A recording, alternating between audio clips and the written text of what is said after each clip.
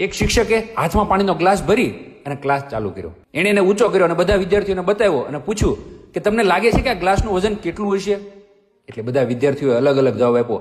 50 ગ્રામ, 100 ગ્રામ, 125 ગ્રામ. પછી શિક્ષકે કીધું કે જો હું આ ગ્લાસને થોડી વાર આમનામ જ પકડી રાખું તો શું થશે?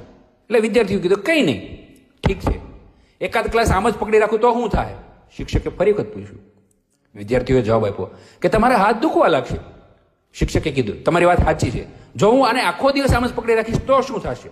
કે તમારા હાથ શૂન્ય થઈ જશે, તમારા સ્નાયુઓ તંગ થઈ જશે, તમે લકવાગ્રસ્ત થઈ શકો છો અને તમારે ચોક્કસપણે હોસ્પિટલમાં જવું પડશે.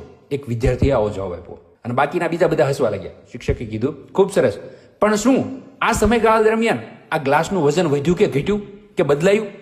વિદ્યાર્થીઓ જવાબ આપ્યો નહીં. શિક્ષકે કીધું તો પછી શા માટે હાથમાં દુખાવો અને સ્નાયુમાં તણાવ હતો? વિદ્યાર્થીઓ કંઈ જવાબ ન આપી શક્યા. પછી શિક્ષકે કીધું